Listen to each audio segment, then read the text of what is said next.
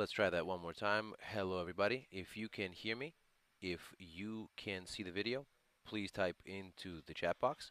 Let me know if you can see all of it, and we will get started. All right, looks like we are in good shape. So let's first take stock a little bit of where we stand on the major assets and take a look at what we have coming up this week. Probably shouldn't be a surprise for you guys, generally speaking, on what the big pieces of event risk are on the calendar, but we'll go through them nonetheless. Looking at the major event risk that is on tap, obviously the number one most significant bit of news that we're going to get this week is going to be the FOMC monetary policy announcement. Uh, this, of course, marks Janet Yellen's first outing as chairman, so we should be looking very carefully at any changes in tone, at any changes in rhetoric that come across the wires. Arguably, the status quo at this point, after December's beginning of the tapering process for quantitative easing, is for a $10 billion cutback in cumulative asset purchases, spread evenly, with $5 billion cut back from MBS purchases and $5 billion cut back from Treasury purchases. If we get essentially that outcome that comes across the wires, that would effectively be status quo. So that would essentially amount to an outcome in line with expectations. And as such, we probably wouldn't expect significant volatility to come out of that outcome alone. So the question then becomes, well, if that's not the market moving component here, what is? And what are we likely to see come out that is actually standing a chance of moving the market and giving us a bit of volatility? Now, looking at the moving parts of the Fed's policy landscape, the most critical consideration, besides the size of QE, besides the pace of cutbacks in asset purchases, is the forward guidance framework. And obviously, we've had some very dramatic declines in the unemployment rate of late. And so the question ultimately then on the guidance front is, will the Fed move to alter the threshold for the unemployment rate that it set at 6.5%? And so there's a variety of arguments here, obviously.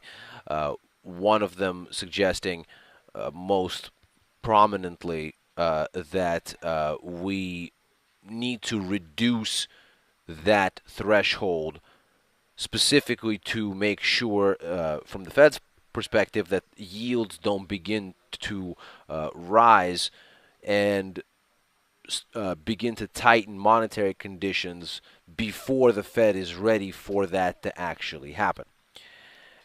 But importantly, I don't think that the conditions for that kind of a situation have really been met.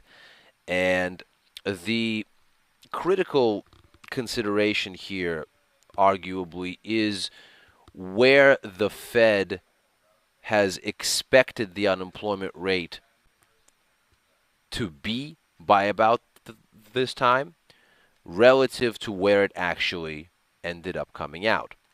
Now, the latest set of FOMC expectations that we got in December projected that for 2013, we'd be looking at a unemployment rate average of between 7 and 7.1%. Now, despite the better than expected, quote unquote, unemployment rate that we got in December. And of course, I say quote unquote because, of course, much of that wasn't coming courtesy of an accelerated rate of hiring, but more so by a record low participation rate. But be that as it may, the average for 2013 actually came up above the Fed's expected range at 7.3%. Now, it's not dramatically higher, but at the same time, it's also not at a level that would compel the Fed necessarily to change its guidance because indeed it was expecting to be farther along at the end of last year than ultimately the economy proved would be the case. So there's not necessarily an urgency there. Looking at the inflation side of the equation, if we look at break-even rates, which essentially are inflation expectations backed out of bond yields, we see that the Fed threshold of seeing inflation 1 to 2 years out above 2.5% is also nowhere near in sight. The market is currently baking in inflation 1 to 2 years forward below the 2% threshold, somewhere around 1.7, 1.6% on average. So again, there seems to be very little urgency on that front as well. And so we seem to have a case here for essentially a non-event from a policy perspective for the Fed, whereby nothing is really changing. The framework is going to remain in place. Quantitative easing is going to get cut back by the forecast amount, and no meaningful changes in the policy lean seem warranted.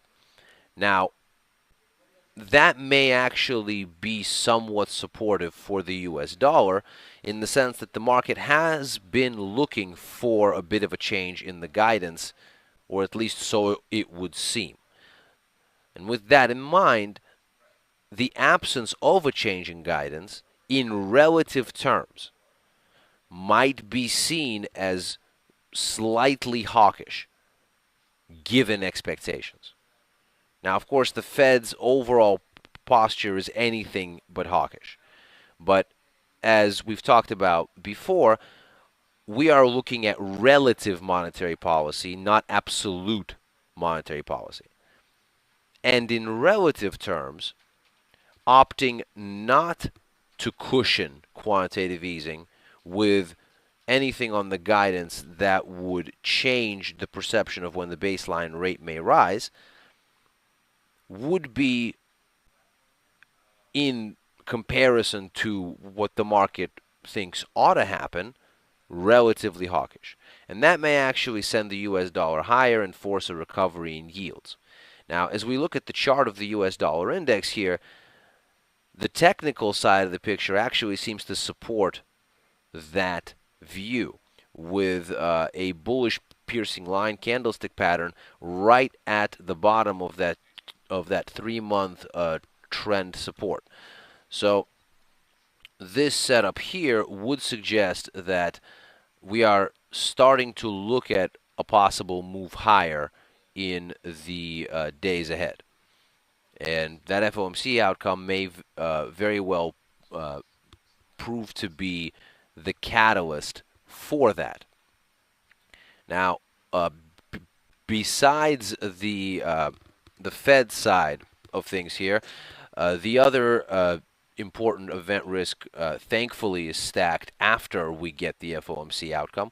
So, thankfully, much of the rest of the key data that we're going to get this week comes after we get sort of the biggest event risk item out of the way. And it first points us to the RB&Z monetary policy announcement, where we're expecting to see rates held unchanged at 2.5%. The market currently pricing in a 48% probability of a hike. So we're essentially 50-50 on what may happen here as far as whether a hike would actually materialize. And that, of course, lays the foundation for volatility, because if market perceptions are at a 50-50 setting, invariably a good amount of people are going to be proven wrong regardless of what happens. And that creates scope for volatility and suggests that whatever outcome ultimately ends up coming across the wires will have the opportunity to force a good bit of portfolio readjustment from investors and thereby drive volatility. Now, looking at where the Kiwi dollar finds itself at the moment, you'll notice we've edged below support at 82.40, and we're stalling at the lower boundary of this rising trajectory that's evolved here from about late November, and that support coming in here, as you can see, at about the 82 figure, pretty much on the dot. If we get underneath that, the next level I would be watching intently would be this former channel resistance, now recast as support, around 81.39. That's in the event that we get something more than overtly hawkish from the RBNZ.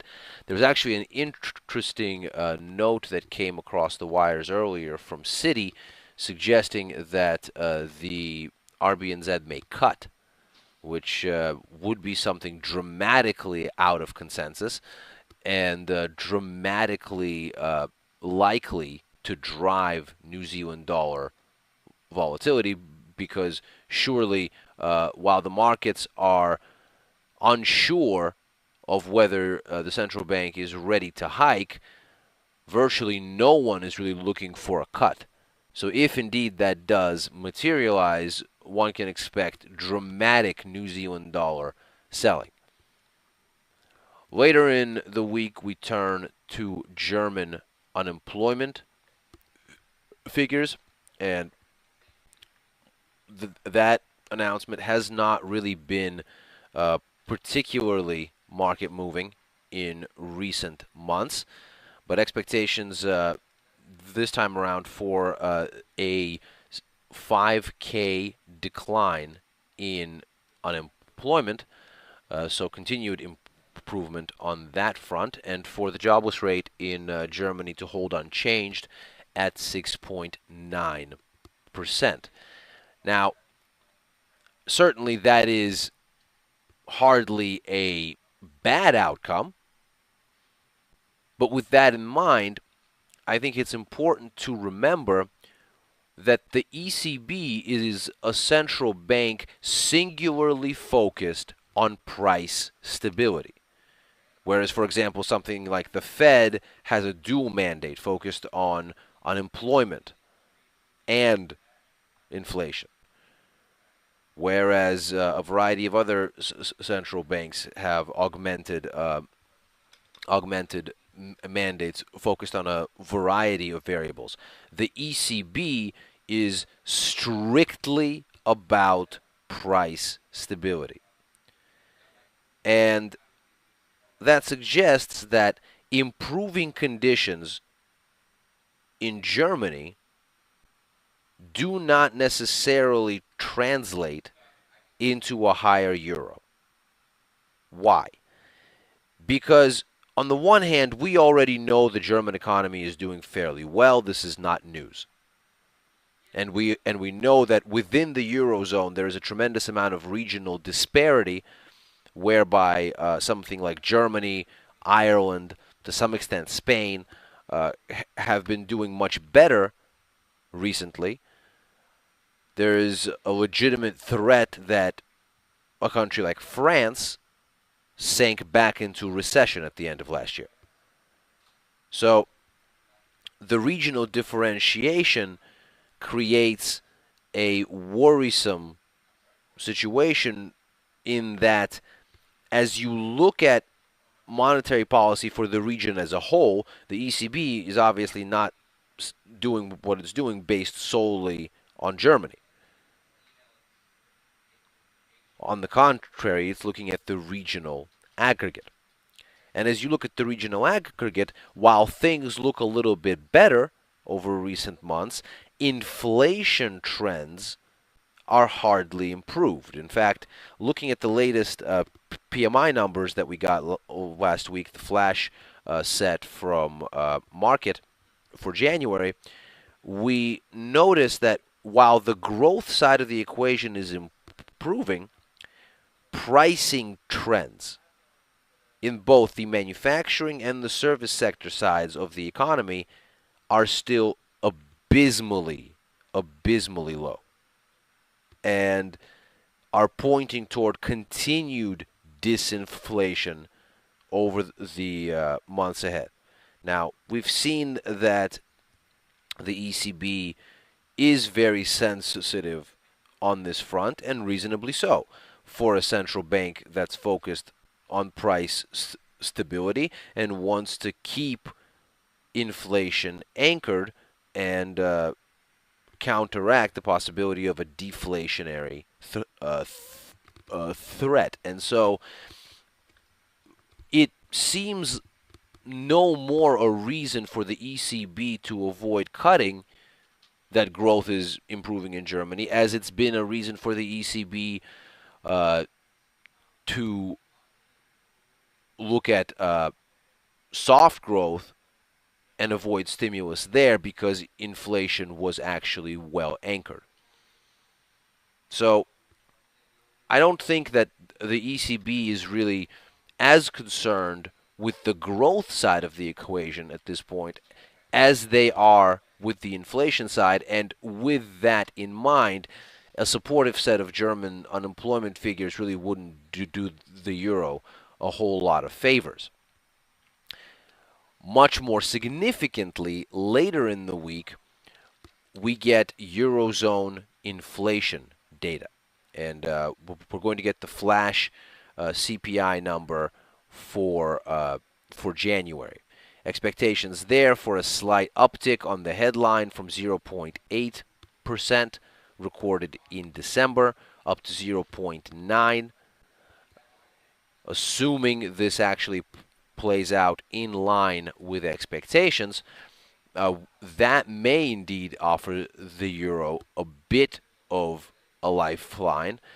But of course, if the leading figures we saw in those or rather in those PMI numbers continue to hold and actually are reflected in the headline CPI reading, there is scope here for a downside surprise, which arguably bodes ill for the euro in the sense that persistent disinflation threatens to continue to weigh on forward inflation expectations, dislodging the kind of price stability that the ECB would like to see, and thereby raising the chance that they may move to offer additional stimulus, likely of the non-conventional variety, in the sense that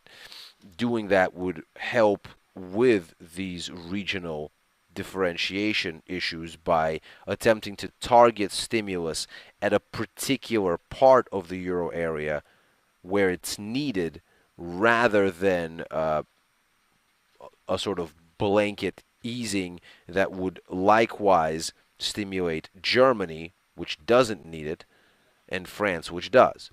to sort of use the poster children for the two sides of the Eurozone growth divide. I'm actually still holding the euro short and looking for this reversal in the euro that we've seen since we established what looks like a double top here uh, near the 138 mark. Looking for this to continue to play out. As you guys probably remember, those of you that have been following this setup, it tracks a reversal from this longer term resistance level dating back to April of '08 to essentially mark resumption of this multi-year down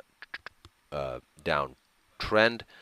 And my initial target is this 23.6 fib down here at 132.09. Stop is still set on a daily close above the bearish engulfing high here at 138.10. So a daily close above that would knock out this position, and I would look for another opportunity to get back in later on down the road. But for the time being, the trade remains in play. Later in the week, as we get into the tail end, we get the first look at U.S. fourth quarter GDP numbers, and having the Fed essentially come through ahead of those numbers arguably saps some of the market moving potential there. Because as I never get tired of mentioning, the market is primarily concerned with economic data as it relates to the monetary policy outlook. If the monetary policy outlook is not meaningfully informed by the data is moot. And in as much as we have the Fed giving us directly what policy is just a few days before this GDP number, the ability of this GDP number to really impact near-term policy expectations seems relatively constrained. Now, as far as expectations are concerned, we're looking for the annualized GDP growth rate in the fourth quarter to slow a bit from 4.1% to 3.2%. And while this would possibly encourage speculation about a slowdown in Fed tapering, if just 48 hours before that GDP number we saw the Fed maintain the status quo, that slowdown seems like it might not be necessarily significant in terms of people's expectations for where the dollar ought to be going. Besides that, we have a bit of news flow on Friday where we get Canada's GDP number, and obviously we've seen quite a bit of volatility in the Canadian dollar of late, largely surrounding the last BOC rate decision, where we heard that there's emerging concern about soft inflation trends, raising the possibility that the BOC may, at best, stay on the sidelines longer than expected, or at worst, introduce some sort of additional monetary accommodation, which arguably I think is a distant possibility, but a possibility, of course, nonetheless. And if we do get another round of soft Canadian economic data to support the idea that the BOC ought to be on the dovish side of the spectrum, then we would expect that the Canadian dollar would come under pressure once again. Expectation for the month-over-month reading to post a 0.2% increase, which would be a slight improvement over the 0.3% recorded prior. The year-on-year rate expected at 2.6%. That's again down from 2.7 in October, and would actually uh, mark still a relatively supportive reading in the general scheme of things. If we take a look at the trend average for Canadian GDP over recent months, we're looking at a 12-month average around 1.7%. So if we ease back to 2.6, it wouldn't necessarily be the end of the world. So it wouldn't necessarily mark anything that would encourage easing expectations, but it might certainly dent hopes for a near-term BOC rate uh, rate hike. Now, as we look at the dollar CAD chart, we can actually see that we're in an interesting place technically. We're sitting right ahead of the 100% fib expansion at 111.36 with a very prominent shooting star right at this resistance and hinting that we might see a pullback here in the near term. Initial support coming in at 110.05 with a break below that exposing 109.24. And if, of course, we reverse back above 111.36, the next level of resistance coming in at the 123.6, fib expansion at 112.67.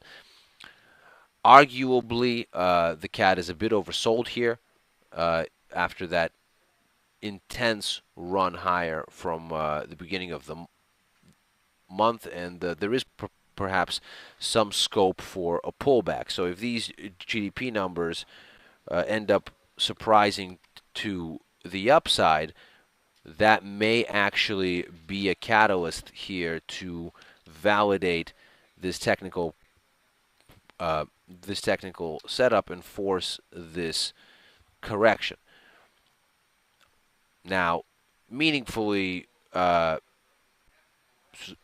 we look at this, the recent run of Canadian economic data has actually been deteriorating relative to expectations. So the probability of an upside surprise is perhaps not so great. But not that part of the situation notwithstanding, we ought to be watching to see how this technical setup plays out and see where the Canadian dollar can find its catalysts at this point. Let's take a look at some of your questions here. Dan is asking for a look at Aussie dollar. We can certainly do that. Here's a daily chart of the Aussie dollar. You can see here that we've cleared support at 87.27, which is that 38.2 fib, exposing the 50 level at 86.16. If we head back above that level, we look at the 88.47 to 88.64 range, which essentially is right here, bracketed by the August 2013 low, as well as the 23.6 fib expansion. And the Aussie dollar, from a fundamental perspective, as incidentally I discussed in my weekly forecast for the week, sort of finds itself at an interesting crossroads. We have seen the correlations between the Aussie dollar and U.S. Treasury yields start to come off a bit over the past week and a half, whereas the correlations with risk sentiment have started to perk up once again. And as we look at this, it sort of becomes an interesting question as to what is going to ultimately be the catalyst for the Aussie dollar, because what we've seen over recent months is that the U.S. dollar has shed pretty much all of its safe haven type of trading dynamics as the conversation at the Fed has turned to tapering and you start to build a legitimate yield-based conversation for the US dollar. With this in mind, we have seen that the S&P and the US dollar have actually tended to follow each other with a direct correlation as opposed to an inverse one, which makes sense because as the US economy improves, not only do you get a pickup in the S&P, but of course you get a build out of taper expectations, so you get a pickup in yield and the dollar itself. Now, that raises an interesting question.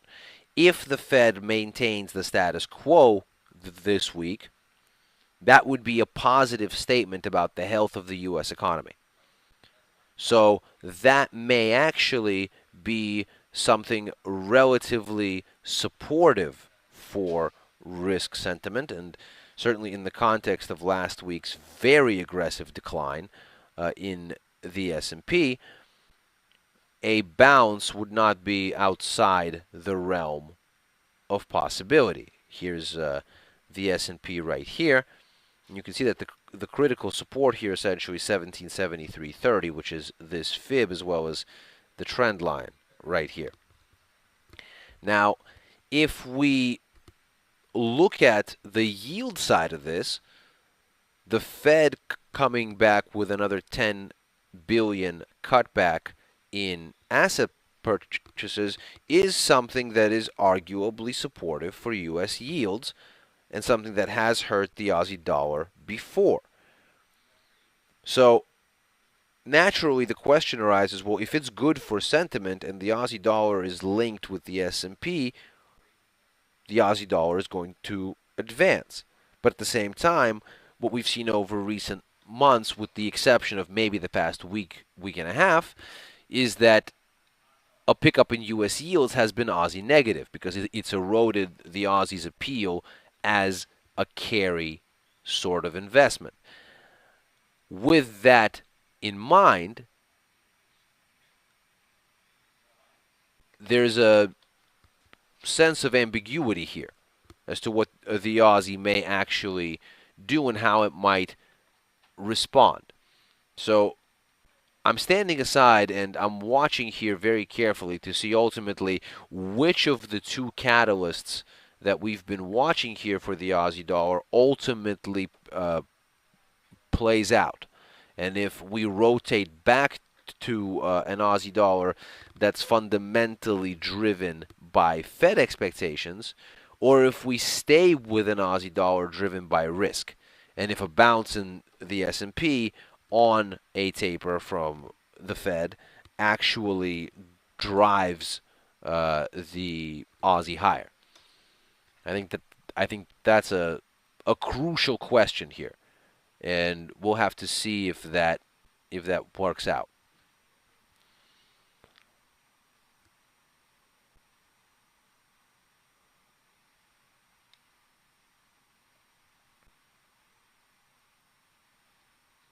Leo is asking, is the VIX breakout for real this time? And those of you that may not know what Leo is talking about, he's referencing the sharp jump in the VIX index, which is essentially an index of S&P volatility, and we had a dramatic surge in the VIX toward the end of last week. A dramatic jump, bringing us back to levels unseen since mid-October of last year. Now, I think we want to be very careful here about calling breakouts in the VIX, mostly because, on the one hand, we've seen these kind of spikes before. We saw one in October. We saw one in June. We saw a sharp one in December of 2012. So the VIX is not really showing us anything we haven't necessarily seen. Furthermore, the trend in the VIX, going all the way back to June of 2012, has seen a consecutive series of lower highs and lower lows, suggesting that the trend in volatility, intermittent spikes notwithstanding, continues to be lower. So I think it's perhaps too early to call this a breakout, at least until that trajectory from June of 2012 is overcome. What is a bit encouraging is that since the Christmas holiday, volumes have actually started to rebuild in the S&P. So there's perhaps a bit more directional conviction in the latest sell-off than we've seen recently. But all that notwithstanding, we want to be very careful here and actually let the markets confirm what they are trying to show us. Euler is asking for a look at dollar Swiss. You can certainly look at that. Here's dollar Swiss. You can see that we're sitting squarely at fib support at 89.30. That's the 50 fib expansion right here. If we bounce near-term resistance at 89.83, the 38.2 fib, and above that the 90 figure, as well as 90.49, which is the 2036 level, whereas below that the 61.8 fib at 88.77, and arguably the critical question here for the S&B at this point is one of the mix between what we're seeing on the Fed policy side of things and what we're seeing on the geopolitical risk side of things. You guys have probably noticed that over the past week, the currencies that have done the best against the US dollar have been the yen, the franc, the euro, and the pound. And the currencies that have done the worst have been your classic risk-on currencies: the Aussie, the Kiwi, the Canadian dollar. This speaks to textbook risk aversion. Now, you might ask, well, since when is the euro and the British pound, since when are those safe havens? And I would urge you to look at the situation happening in Europe, not only in terms of political instability around the South America situation, which has been, of course, very prominent with the dramatic events happening in Argentina, but also with what is happening around the Eurozone. Not necessarily within the Eurozone bloc, but within its general periphery, for example, a country like the Ukraine. And what we've seen is that as we see this kind of acceleration in geopolitical risk, we see capital flowing out of emerging European markets like the Ukraine, where perhaps yields are greater, and into more stable regional alternatives. So your natural regional sources of sort of well-structured, mature banking and deep financial market liquidity. Naturally, this gives you three usual suspects: Switzerland, the UK, and the euro area. And so, in regional terms, when your concerns are not those of necessarily financial stability per se, but geopolitical risk and things like the threat of bank nationalization, the threat of perhaps military action, especially as the clashes in Kiev get progressively worse, you start to see a flow of capital uh, out of those emerging European markets and back into the core. And so you start to see the euro, the franc, uh, the pound find a bit of a haven bid there in relative terms.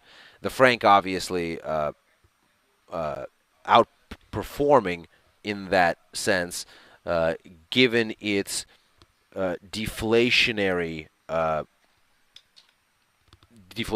properties. Obviously, we've talked about the appeal of a safe haven being essentially a good store of value, in addition to being something that's relatively liquid and relatively deep as a financial market. And certainly, as far as low inflation readings go, the Swiss have the store of value game pretty much won, in the sense that they're still grappling with a legitimate deflationary threat. Now, we may be heading that way in the euro area, but arguably we're not there yet. So far, the concern is disinflation, borderline deflationary risk, if you will, in the expectations. But we've certainly not, at least in hard data, crossed into deflationary territory there. So in terms of a currency that retains its value relative to goods, relative to stuff, the Swiss franc still holds a bit of a advantage there as a haven. And so we'll have to watch this week and see if the turmoil on the European outer rings is going to overcome what's going on with the Fed and the sort of yield-based dollar situation. But in any case, from a sort of pure tactical perspective, with dollar franc sitting squarely at support, very tough to enter short here. By the same token, after two sessions of aggressive selling, nothing here necessarily says that we're ready to bounce. There's no meaningful signal here suggesting that we're going to necessarily reverse. And as I've harped on endlessly, the presence of support does not mean that the support will hold. Right? If support always held, and if resistance always held, everything would always be in a range. And that's obviously not the case. So we want to be careful here. We don't want to assume that just because there is support, we're necessarily going to bounce therefrom.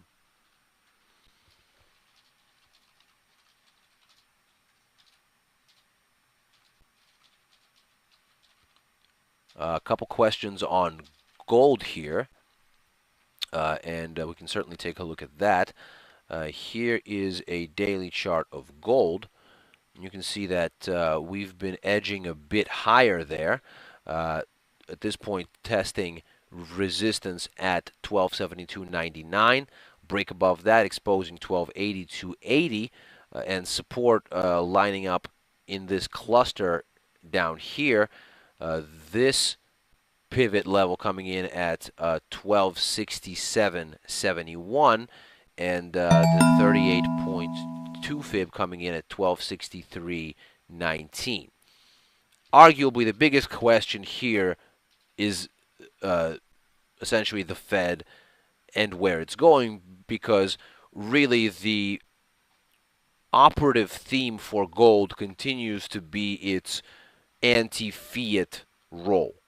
And if the absence of a change in forward guidance, as we discussed, for the Fed is something that is seen as moderately dollar supportive, as we've discussed, you would expect gold to take that relatively negatively.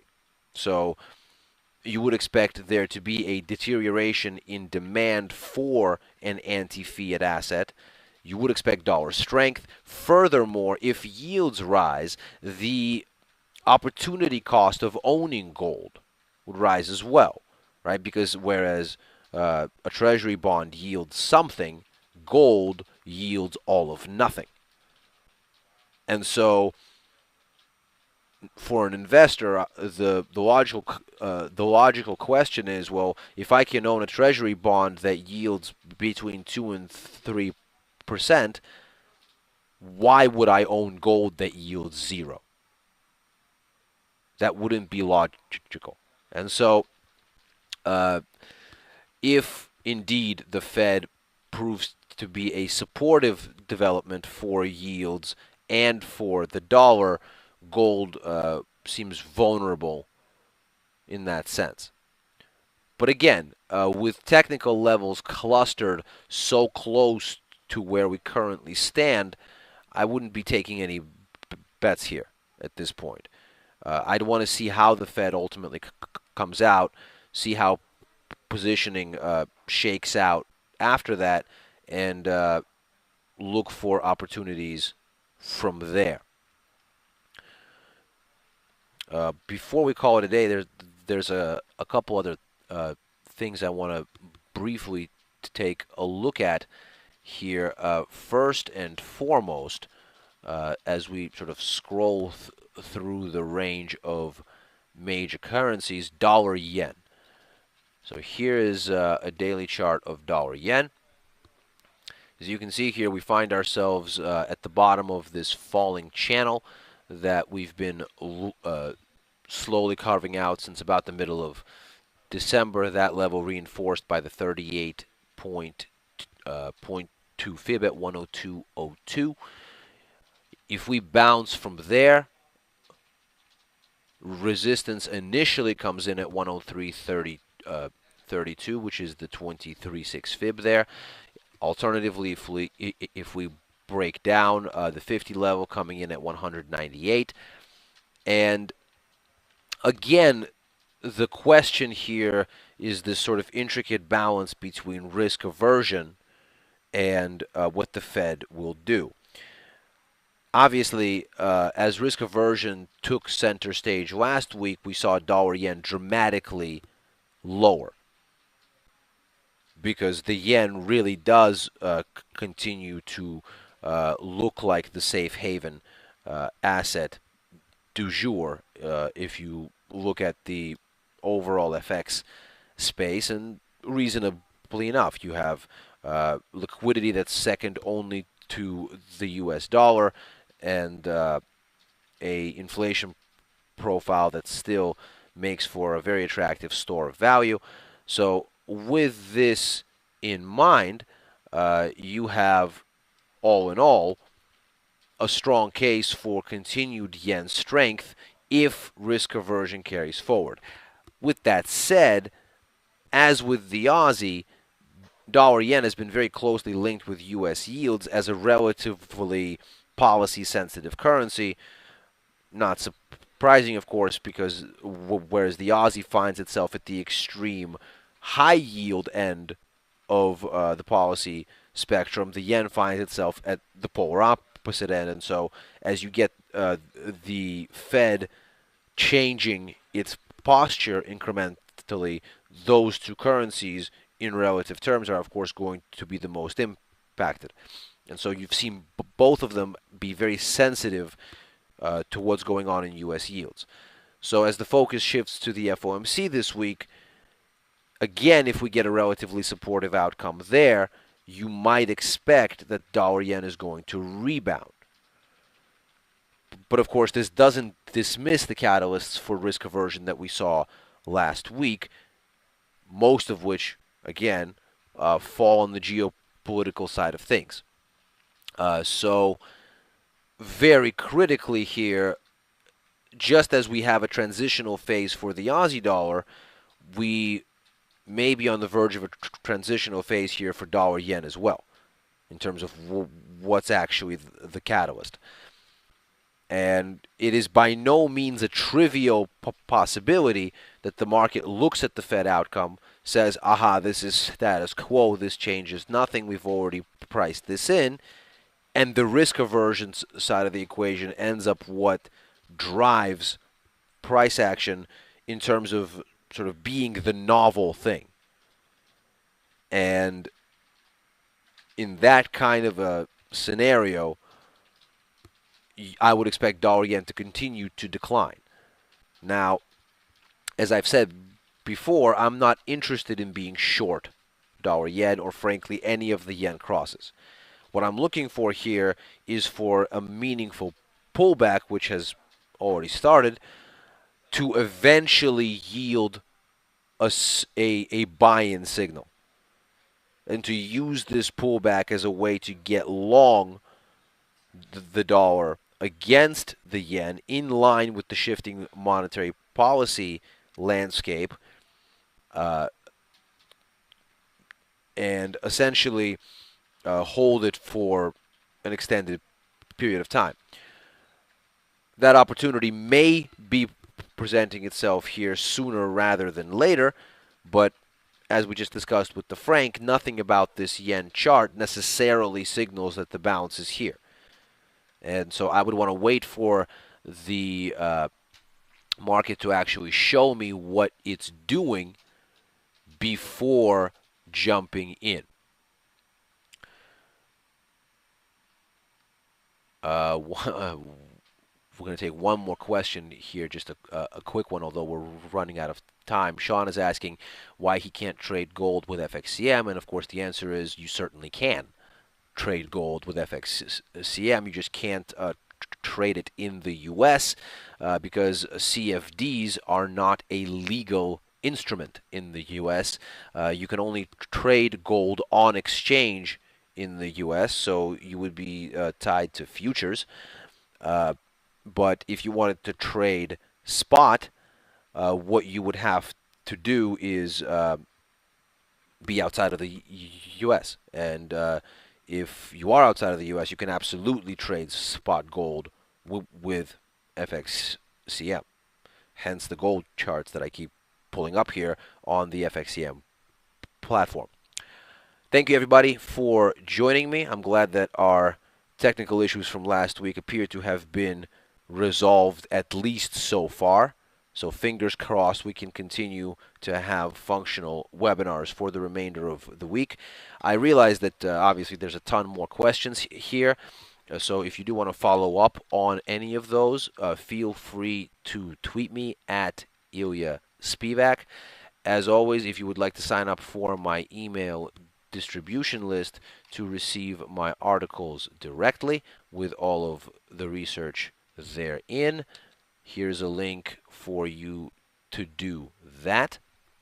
And I will be back this week to cover Japanese CPI. I'll be back with another look at our long-term dollar basket position, and of course I will be back for my regular trading Q&A on Asia and Europe Friday morning, US Thursday evening. So all of your questions about various currency pairs, definitely bring those to that session, because I will be doing a minimal amount of ranting and a maximum amount of answering your questions there. Thank you guys once again. Good luck this week, and I'll speak to you guys soon. Take care.